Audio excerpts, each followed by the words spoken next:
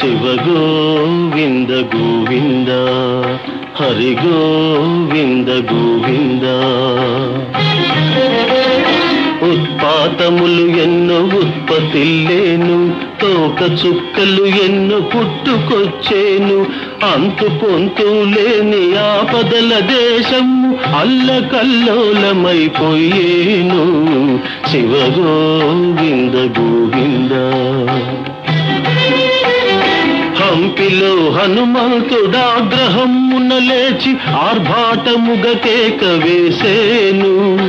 ఆ కేకలకు జనులు అదరిపోయేరు, ఆకురాలిన ఎత్తు రాలిపోయేరు. శివ గోవింద గోవింద. హైదరాబాదును మూసి మహానది వరదతోటి ముంచి వేసేను.